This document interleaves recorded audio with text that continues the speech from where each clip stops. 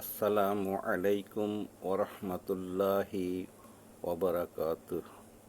পৃথিবীর সব মানুষকে জানাইতেছি, আল্লাহ পাক বলেছেন, দুনিয়াটা শান্তির জায়গা না, দুনিয়াটা কঠিন পরীক্ষার জায়গা। প্রকৃত শান্তি একমাত্র জান্নাতে। আল্লাহ পাকের রসুল হজরত মুহাম্মদ সাল্লাল্লাহু আলাইহি ওয়াসাল্লাম বলেছেন, দুনিয়াটা মুমিনের জন্য জেলখানা, আর কাফের মুশরিক অবাধ্যকারীদের জন্য বালাখানা।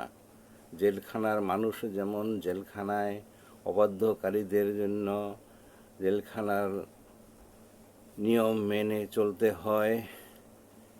ইচ্ছা স্বাধীন অন্যায়ভাবে চলতে পারে না, হারাম ভোগ বিলাস করতে পারে না। তদ্রূপ মুমিনরাও দুনিয়ায় আল্লাহ পাকের হুকুম মানতে হয়, আল্লাহ পাকের নবীর তরিকায় চলতে হয়। ইহাতে সাময়িক কষ্ট হলেও পরক্ষণে তাহারা আত্মার শান্তি অনুভব করে।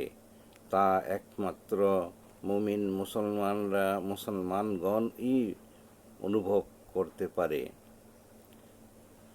যেমন যে যত ইসলাম মানে সে তত শান্তি পায়।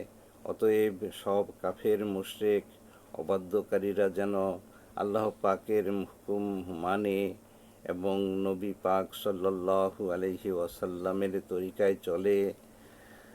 দাওয়াত দেওয়ার দায়িত্ব একমাত্র মুমিন মুসলমানদেরকেই আল্লাহ পাক দিয়েছেন।